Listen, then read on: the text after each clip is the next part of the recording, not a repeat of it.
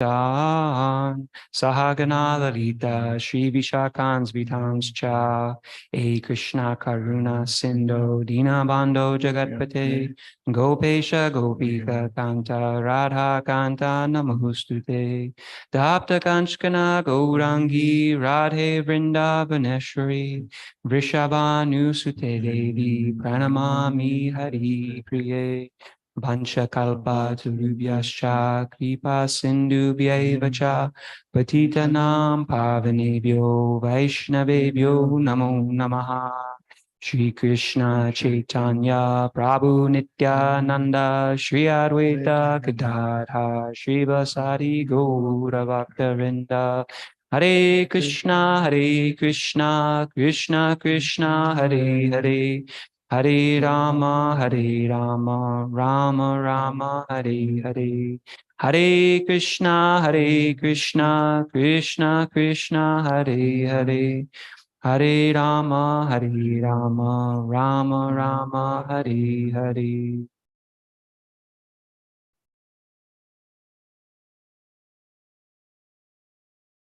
So we'll begin by reciting the Sanskrit, and then we'll recite the translation in unison, if you'd like. Chapter 17, text 3. Tajyam doshavat vidyeke karma prabhur manish nanaha yagya dana tapa karma nadyajasa eva saha.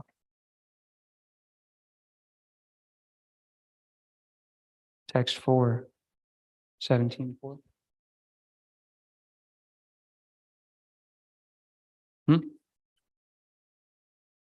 Text, oh, I'm on chapter 18, that's why. Sorry, everybody. Okay, chapter 17, text 3. Sattva nurupa sarvasya shraddha bhavati bharata shraddha mayo yam purusho yayat shraddha sa eva saha. Translation. According to one's existence under the various modes of nature, one evolves a particular kind of faith. The living being is said to be of a particular faith according to the modes he has acquired. Text 4. Yajante sattvika devan yaksha rakshasi rajasaha pretan bhuta ganamschanye yajante tamasa janaha. Men in the mode of goodness worship the demigods. Those in the mode of passion worship the demons, and those in the mode of ignorance worship ghosts and spirits. Text 5 and 6. Ashastra vihitam gauram tapyante ye tapo janaha dambaham samyukta kama raga balanvitaha karshayanta sharirastam bhutagamam achetasaha mam chaivanta sharirastam tanvidya sura nishanan. Translation. Those who undergo severe austerities and penances not recommended in the scriptures, performing them out of pride, egotism, lust, and attachment, who are impelled by passion and who torture their bodily organs as well as the supersoul dwelling within, are to be known as demons. Text 7. Aharastvapi sarvasya trivido bhavati priyaha yagyastapastata dhanam tesham vedam imam shrinu. Even food of which all partake is of three kinds, according to the three modes of material nature. The same is true of sacrifices, austerities, and charity.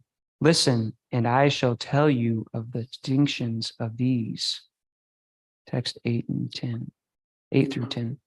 Ayu sattva balarogya sukha priti vivardhanaha rashya snigdha stira hirdya ahara sattvika priyaha. Katvala Slavana Yushna Tikshna Ruksha Vidaniha Ahara Rajasa Syeshta Duga Shoka Maya Pradaha Yata Yamamrita Rasam Puti Paryushitim Chasipat Uchishtam Api Chamedyam Bojanam Tamasa Priyam. Foods in the mode of goodness increase the duration of life, purify one's existence, and give strength, health, happiness, and satisfaction. Such nourishing foods are sweet, juicy, fattening, and palatable. Foods that are too bitter, too sour, salty, pungent, dry, and hot are liked by people in the modes of passion. Such foods cause pain, distress, and disease. Food cooked more than 3 hours before being eaten, which is tasteless, stale, putrid, decomposed, and unclean, is food liked by people in the mode of ignorance. Text 11. Afala kanchibir yabyo vidi drishto ya ichyate yashavyam eviti mana samadaya satvikaha. Of sacrifices, that sacrifice performed according to duty and to scriptural rules, and with no exception of expectation of reward, is of the nature of goodness. Text 12. Abhisandaya tu phalam dambartam api chaivayat ijyate bharata shreshta tam yagyam vidi rajasam. But that sacrifice performed for some material end or benefit, or performed ostentatiously out of pride, is of the nature of passion, O chief of the Bharatas. Last text, text 13. Vidihinam ashrishtanam mantrahinam adakshinam shraddha virahitam yagyam tamasam parichakshate. And that sacrifice performed in defiance of scriptural injunctions, in which no spiritual food is distributed, no hymns are chanted, and no remunerations are made to the priests, and which is faithless, that sacrifice is of the nature of ignorance. Back to text, or chapter 17, text 3. Satvana rupa sarvasya shraddha bhavati bharata shraddha mayo yam purusho yoyat shraddha sa eva saha. Translation. According to one's existence under the various modes of nature, one evolves a particular kind of faith. The living being is said to be of a particular faith according to the modes he has acquired. Purport by His Divine Grace, A.C. Bhaktivedanta Swami Prabhupada, Srila Prabhupada Ki Jai. Everyone has a particular type of faith, regardless of what he is. But his faith is considered good, passionate, or ignorant according to the nature he has acquired. Thus, according to his particular type of faith, one associates with certain persons. Now, the real fact is that every living being, as is stated in the 15th chapter, is originally the fragmental part and parcel of the Supreme Lord. Therefore, one is originally transcendental to all the modes of material nature. But when one forgets his relationship with the Supreme Personality of Godhead and comes into contact with material nature in conditional life, he generates his own position by association with the different varieties of material nature. The resultant artificial faith and existence are only material. Although one may be conducted by some impression or some conception of life, still, originally, he is nirguna, or transcendental. Therefore, one has to become cleansed of the material contamination that he has acquired in order to regain his relationship with the Lord. That is the only path back without fear, Krishna consciousness. If one is situated in Krishna consciousness, then that path is guaranteed for his elevation to the perfectional stage. If one does not take to this path of self-realization, then he is surely to be conducted by the influence of the modes of nature. The word sattva, or faith, is very significant in this verse. Sattva, or faith, always comes out of the works of goodness. One's faith may be in a demigod or some created god or some mental concoction. It is supposed to be one's strong faith in something that is productive of the works of material goodness. But in material conditional life, no works of material nature are completely purified. They are mixed. They are not in pure goodness. Pure goodness is transcendental. In purified goodness, one can understand the real nature of the Supreme Personality of Godhead. As long as one's faith is not completely in purified goodness, the faith is subject to contamination by any of the modes of material nature.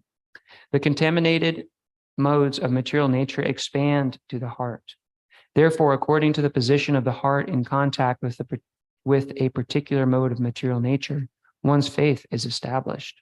It should be understood that if one's heart is in the mode of goodness, his faith is also in the mode of goodness. If his heart is in the mode of passion, his faith is also in the mode of passion. And if his heart is in the mode of darkness, illusion, his faith is also thus contaminated. Thus we find different types of faith in this world, and there are different types of religions due to the different types of faith. The real principle of religious faith is situated in the mode of pure goodness. But because the heart is tainted, we find different types of religious principles. Thus, according to different types of faith, there are different kinds of worship. Maharaj, would you like to speak?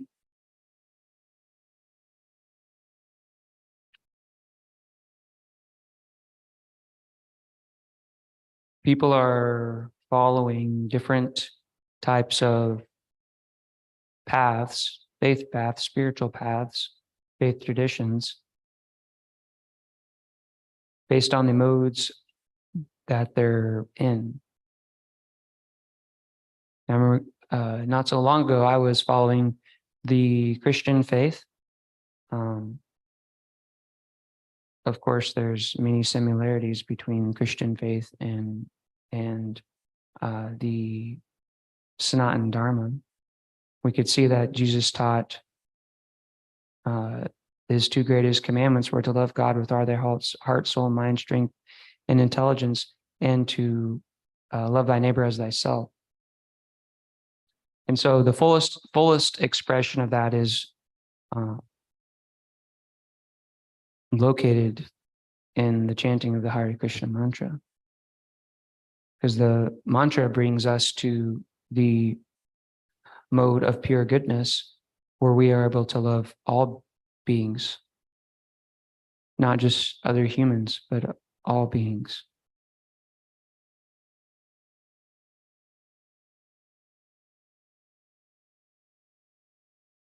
So this path we're following is this kind of faith we have is characterized by three different things: prayojana, abhideya, and sambandha.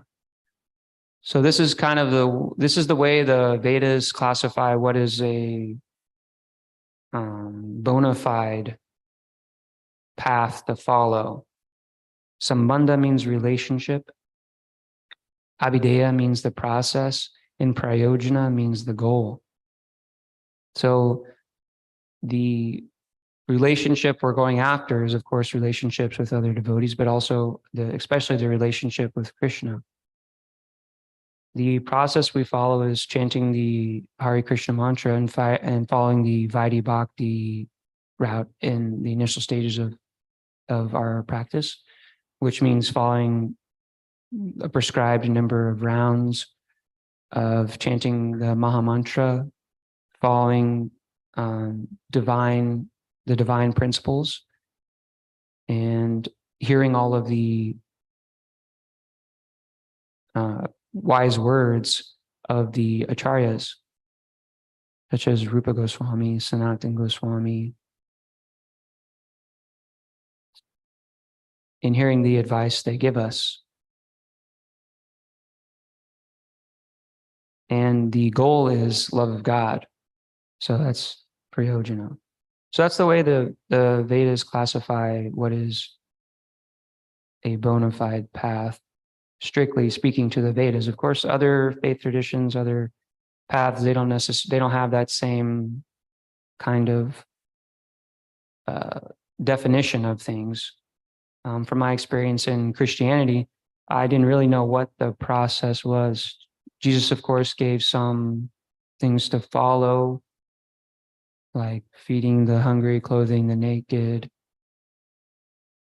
But of course, I was searching, so I ended up in the Krishna consciousness movement, and it really gives the bliss, as everyone probably in this room can attest to. Of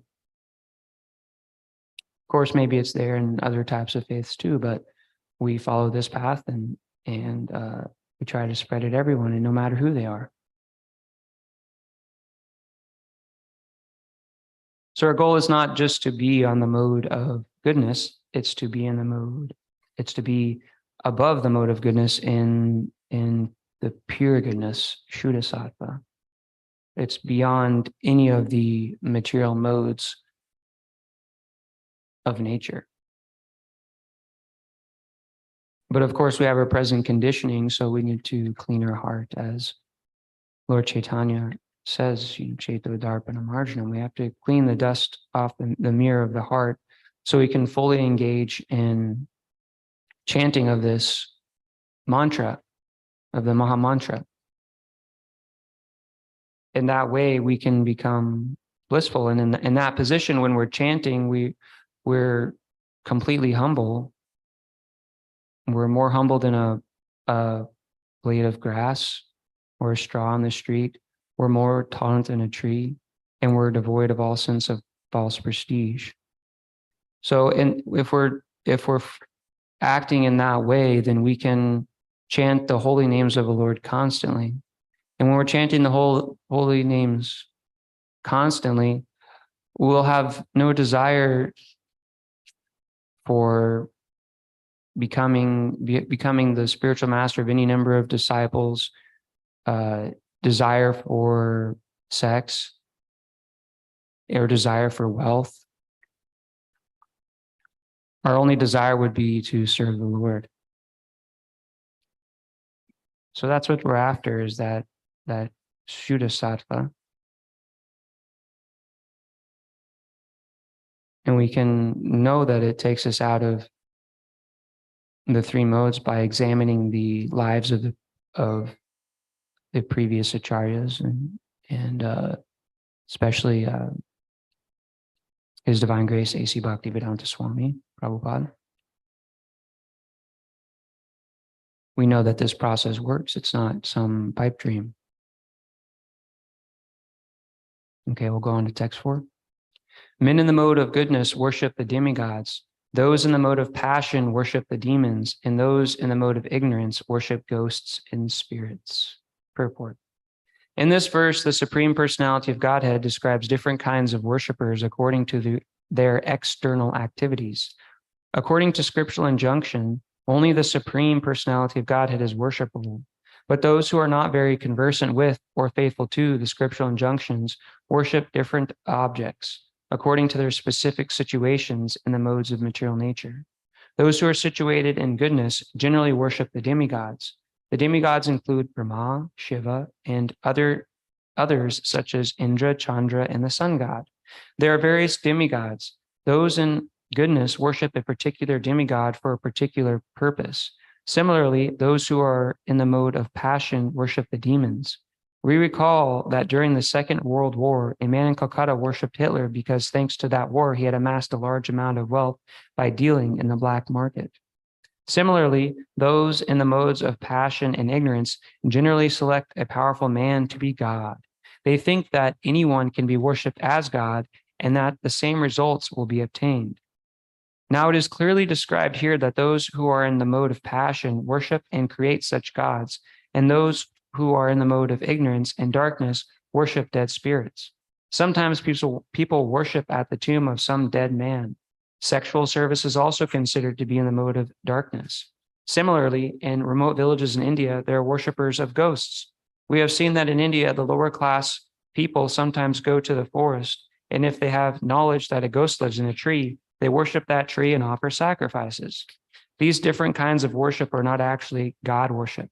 God worship is for persons who are transcendentally situated in pure goodness. In the Srimad Bhagavatam, it is said, Sattvam Vishuddham Vasudeva Shabditam. When a man is situated in pure goodness, he worships Vasudeva. The purport is that those who are constantly purified of the material modes of nature and who are transcendently situated can worship the Supreme Personality of Godhead. The impersonalists are supposed to be situated in the mode of goodness, and they worship 5 kinds of demigods. They worship the impersonal Vishnu, or Vishnu form in the material world, which is known as philosophized Vishnu. Vishnu is the expansion of the Supreme Personality of Godhead. But the impersonalists, because they do not ultimately believe in the Supreme Personality of Godhead, imagine that the Vishnu form is just another aspect of the impersonal Brahman. Similarly, they imagine that Lord Brahma is the impersonal form in the material mode of passion. Thus, they sometimes describe 5 kinds of gods that are worshipable.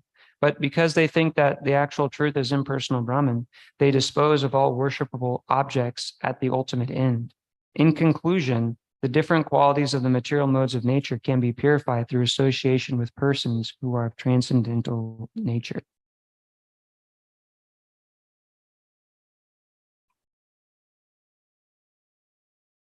So different kinds of faith, they have their external activities. Like in the Hare Krishna movement, we go out and we chant the Lord's names in the streets.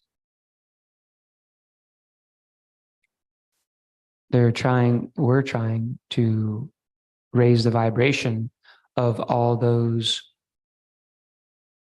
souls out there that are operating in this mode of passion, or most likely sometimes in the mode of ignorance.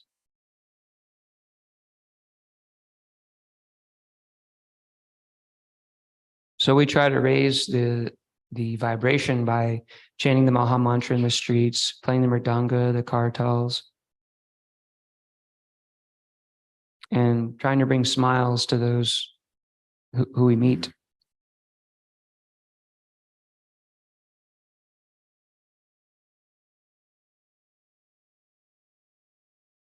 Sometimes they don't smile, though. They turn away.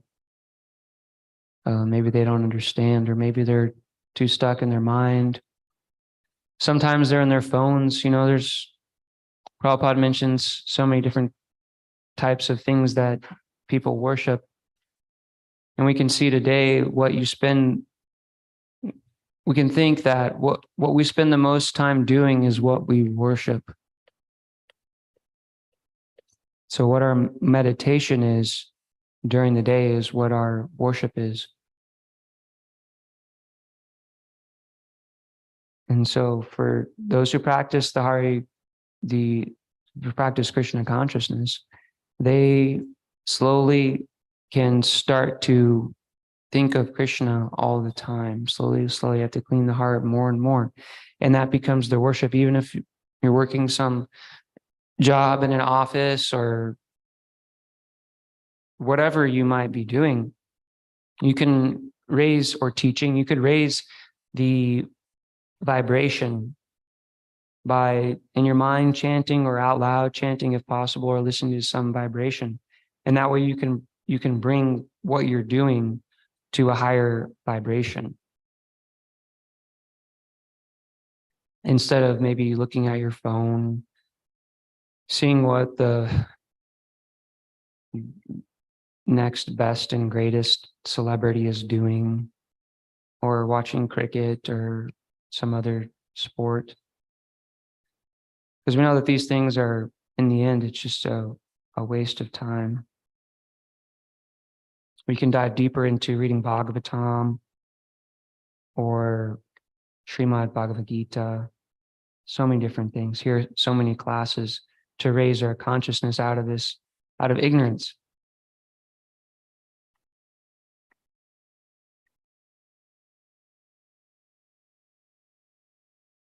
text 5 and 6. Those who undergo severe austerities and penances not recommended in the scriptures, performing them out of pride, egotism, lust, and attachment, who are impelled by passion and who torture their bodily organs as well as the supersoul dwelling within, are to be known as demons. Purport. There are persons who manufacture modes of austerity and penances which are not mentioned in scriptural injunctions. For instance, fasting for some ulterior purpose, such as to promote a purely political end, is not mentioned in the scriptural injunctions. The scriptures recommend fasting for spiritual advancement, not for some political end or social purpose. Persons who take to such austerities are, according to Bhagavad-gita, certainly demoniac. Their acts are against the scriptural injunction and are not beneficial for the people in general. Actually, they act out of pride, false ego, lust, and attachment for material enjoyment. So I have personal experience of fasting for some political end or doing some austerity for some political end, spending time in jail for some political end. And when I was told this almost 5 or 6 years ago, I wasn't really practicing, but it was pointed out to me and in the Gita, and I didn't quite understand what it meant. But once you start to practice Krishna consciousness more, your realization of what's actually happening increases, and you're able to understand, okay, what's some political end or what's some austerity that you may be performing, and it's not for Krishna. You'll be able to understand what exactly that is as your heart becomes more clean.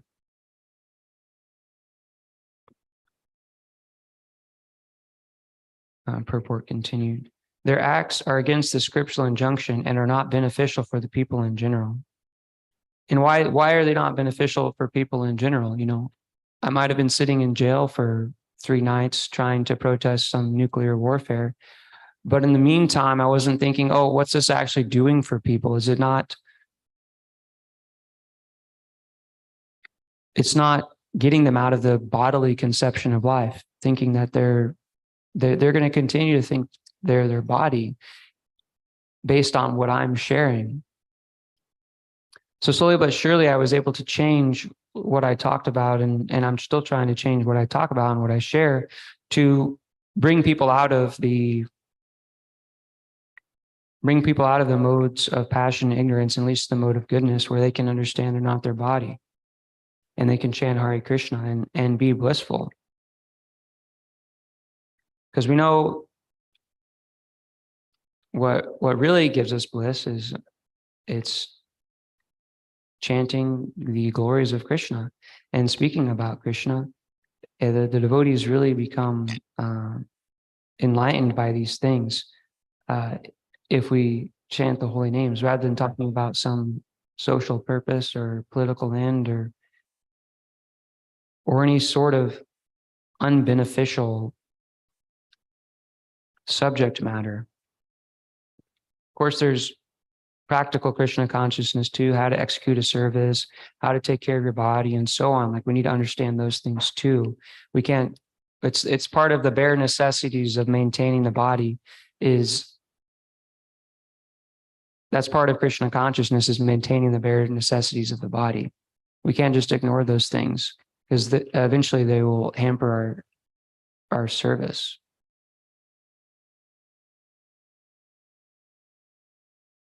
Of course, we might not understand what that is in the beginning, and we might have to ask a superior or someone who's been practicing Krishna consciousness and that we trust to help us understand, okay, what's actual maintenance of the body? What's it mean for me? Because each of us has to decide what that is, because some can sleep only 5 hours a night and some need 6 hours or 7 hours. So that's just one example. Or some devotees, they just need a small plate of prasadam and that's it, or they need a big plate of prasadam. Everybody has a different body, And so we're in these bodies, and we need to use these bodies to get out of this material quagmire that we're in.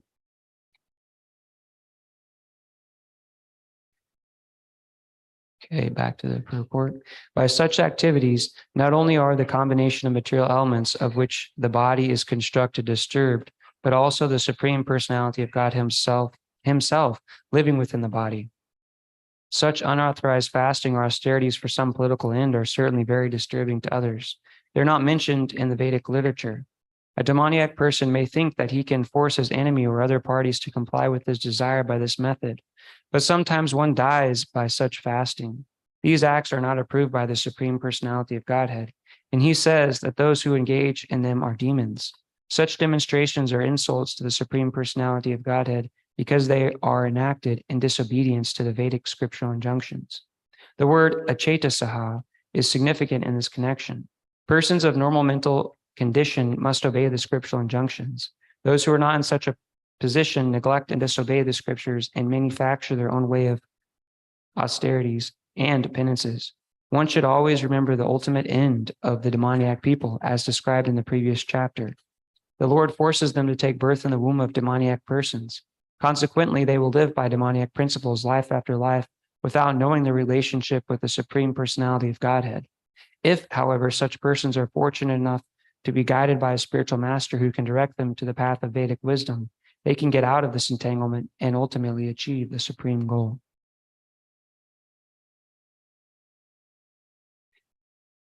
If we want to fast, there are fasting days in Krishna consciousness if we have that proclivity. For example, coming up on May 30th is Ekadashi. It's a very special Ekadashi. It's the Pandava or Bhima Ekadashi. I don't quite remember the whole pastime, but I know that Bhima, he's a voracious eater. And so he was struggling very hard with these Ekadashis. And so he was given the concession to only have to do one Ekadashi for the whole year. And this Ekadashi involves not drinking water and, of course, not taking any prasadam. So we have our fasting days. We have so many. Every festival day, every Vishnu Tattva day involves fasting.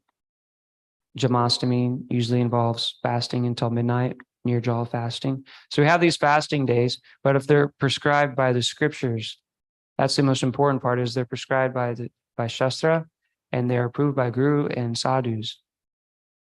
So by those three things, we can come to understand if it's bona fide or not.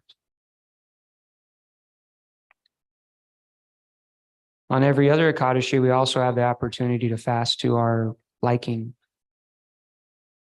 Fasting gives us more time to chant the holy names, to read, and to hear, maybe do kirtan with devotees. So many different activities are there. Of course, the Lord doesn't fast. He still gets his preparations that we make here for him. But we can fast, and that'll help us to bring us closer to purifying our hearts. Text 7. Aharastvapi. Oh, I'll just read the translation. Even food of which all partake is of three kinds, according to the three modes of material nature. The same is true of sacrifices, austerities, and charity. Listen, and I shall tell you of the distinctions of these. Purport. In terms of different situations and the modes of material nature, there are differences in the manner of eating, performing sacrifices, austerities, and charities.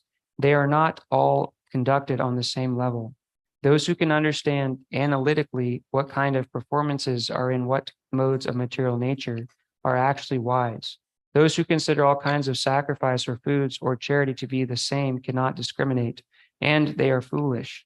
There are missionary workers who advocate that one can do whatever he likes and attain perfection. But these foolish guides are not acting according to the direction of the scripture. They are manufacturing ways and misleading the people in general. If one wants to buy a ticket to New Delhi, they buy that. They don't buy a ticket that goes to Canada. They would be taking the long way. So by following these scriptural injunctions, we actually attain the goal in which we're seeking, rather than some other goal that's not prescribed in the scriptures.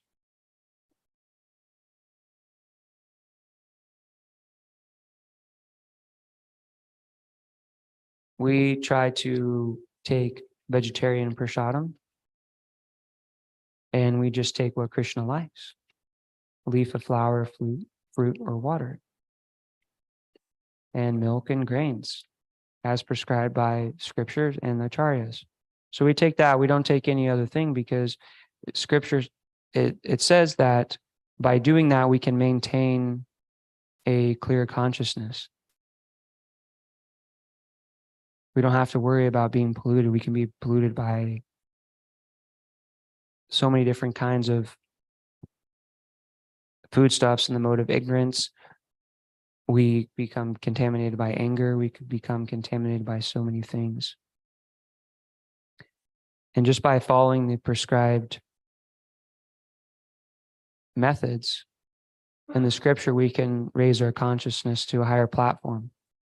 We can keep progressing in spiritual life. It's progress. We don't want to plateau. We want to keep progressing.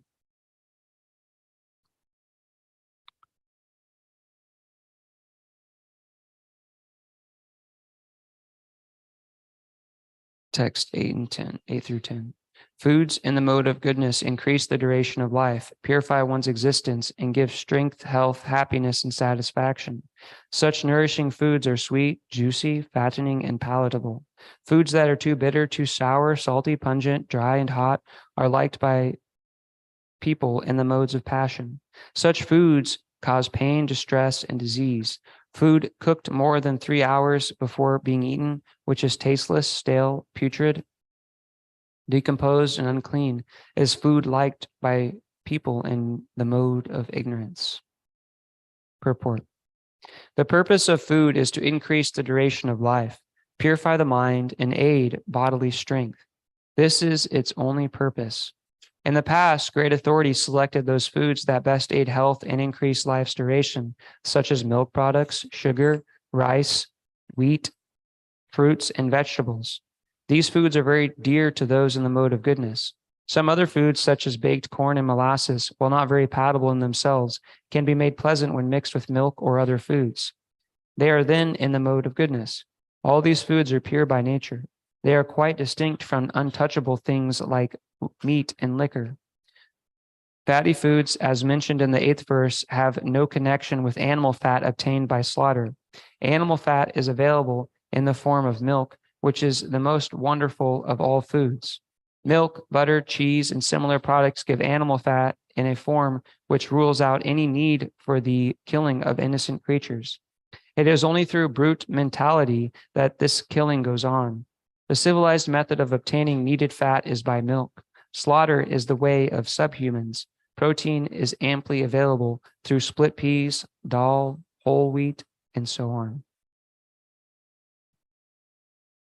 So Prabhupada gives us a whole array of options for us to take every day, and they sustain us quite nicely. Milk being the prime example. Milk contains B12, which is essential to the function of the human body.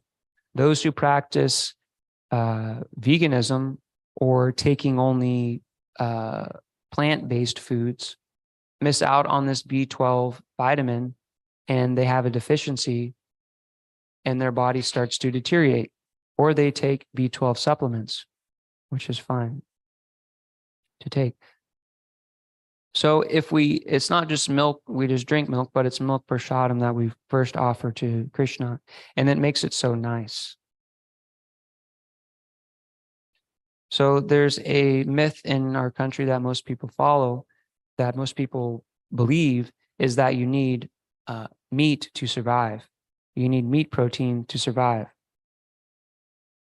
Well, there's so many examples, or there's billions of people, in fact, that live on the vegetarian diet and are surviving very nicely. And there are also prime examples like those who are athletes and they live on this vegetarian or vegan diet. Of course, we don't follow these vegetarian or vegan diet just to follow it. We follow it because that's what Krishna likes. Krishna likes to take milk, grains, vegetables, sweets, so many nice things that we can also take when he is done and it becomes prasad.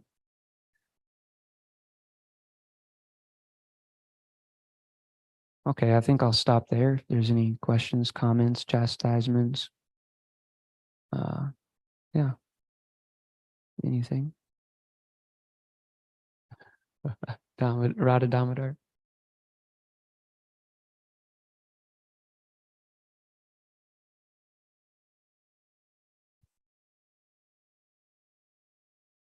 Krishna, thank you, Prabhu, for the nice class. I was wondering, because I found myself in a lot of the times, like I have some understanding that Krishna, the Lord is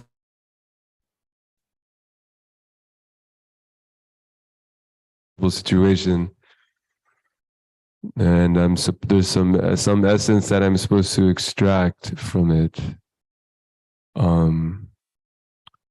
But sometimes I don't quite. Most of the time, I don't quite get it. So I'm just trying to understand,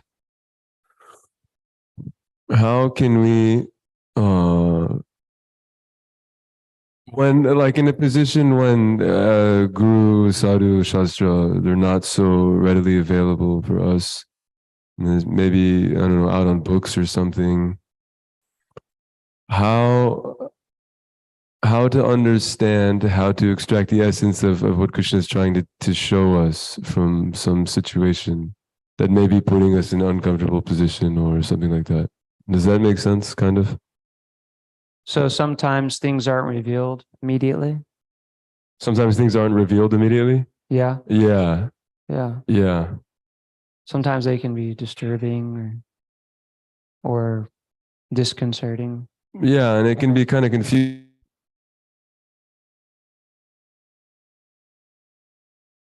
Obviously, the Lord is trying to get me to understand something, So how,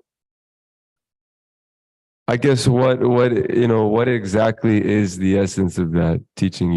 How to philosophically or maybe practically, I don't know, from whatever angle you want to approach it. Yeah. Yeah. So it sounds like a frustrating event that happens. You can't quite figure out why something's happening.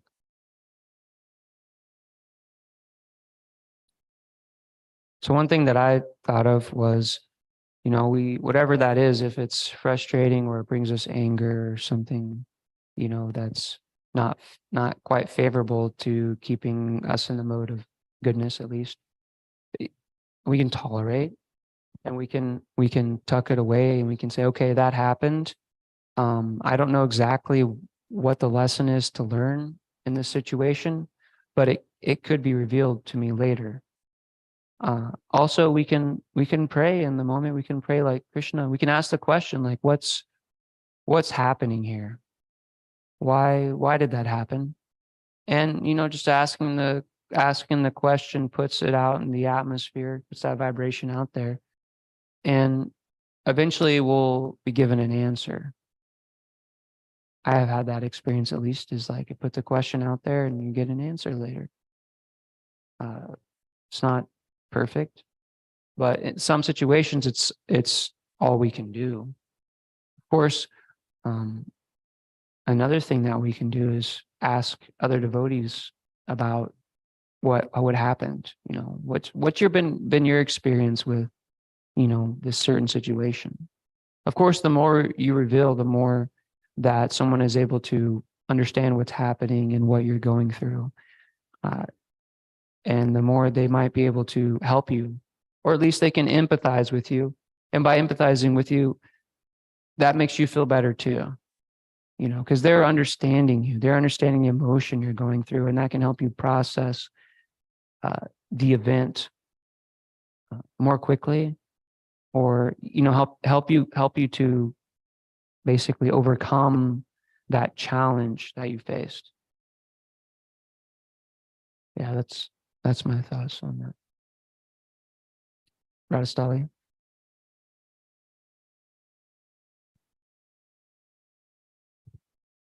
Hare Krishna. Hare Krishna. I have a comment and a question. Is that okay? Please. A comment in relation to Prabhu's question. Sure. So a thought I immediately had was that ultimately everything that happens to all of us is by Krishna's arrangement, and he's so merciful and kind. And it's a nice reminder, like we hear in chapter 5, how Krishna says that he's the ultimate enjoyer, and he's also, everyone's friend. And so every situation we have, even if it seems very dark or even very exciting, or on the other hand, it's all his mercy. Everything is for us. Ultimately, if we begin chanting his holy names, my understanding is that then it's like us reaching our hand out to reach him. And so he's reaching his back to us. And so in that way, it's like, okay, you are trying to step towards me. Well, I'm also trying to step towards you then. And even more so, he wants us more than we want him.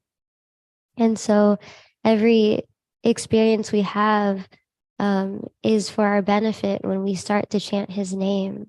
It seems that way to me. I'm sorry I don't have any scriptural backing, but yeah, that's just a comment I had. That's okay. And my question is, so we're hearing about charity in different modes. So I had an experience where I went to the store to pick up something, and I was about to enter my car, and this woman, she approached me very, not violently, but very aggressively, and started speaking very fast, saying, I really need food. I need to go to the store. I have this much money and I need this much more. Can you please help me? And she was talking really fast like that. And in my mind, I was thinking, I don't have any prasadam. I have books, but I just don't know if she'll take the books. I had the little bit of I was a little scared. We hear real compassion is giving somebody Krishna consciousness. And in that moment, I guess I had some doubt, thinking I don't think she's going to take to Krishna consciousness. So I'm going to give her money. So I gave her 50 cents. And if it didn't feel good. So can you comment on that? Can you tell me yeah, just comment on charity and things like that. So.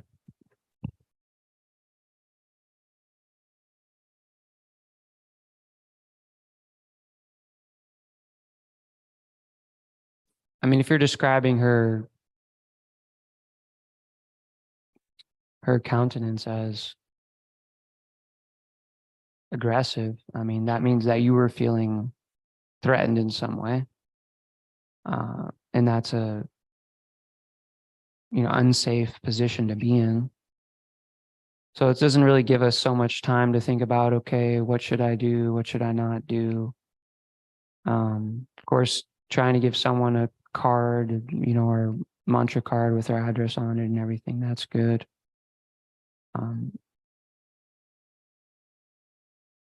Yeah, I mean, it's if we look at it according to scripture, it's not charity up to the highest standard. Like charity given to the brahmanas and given to the temple or given to devotees is the best form of charity. Because we know that money is going to be used to elevate people from the stage of thinking they're the body to thinking they're spirit soul. And so if we give charity to someone who doesn't have that in mind, they're just helping the dress of a drowning man.